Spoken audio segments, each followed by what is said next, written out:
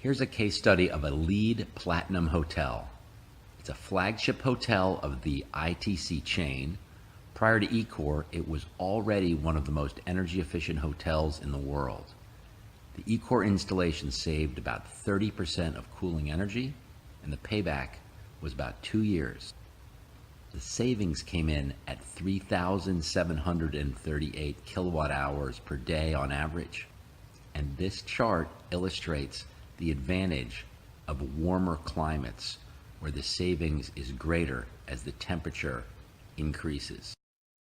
This case study is a luxury hotel, 392 guest rooms, cooling capacity of 700 to 800 tons.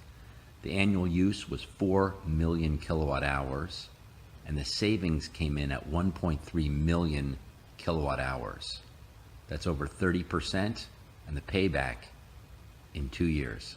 This luxury hotel saved 7,664 kilowatt hours per day. This case study is for the Johns Island Club in Vero Beach, Florida. It integrated with Johnson Controls' Metasis BMS system. The ECORE installation saved over 40% of energy cooling costs, and the implementation was on the software as a service model, where the savings payments came versus the upfront cost. The energy savings is over 1,000 kilowatt hours per day. For this district cooling plant in the Middle East, the cooling capacity was 25,000 tons, 10 chillers at 2,500 tons each.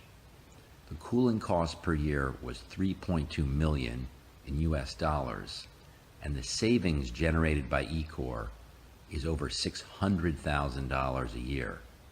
That's 15 million kilowatt hours per year, saved at just 4 cents per kilowatt hour.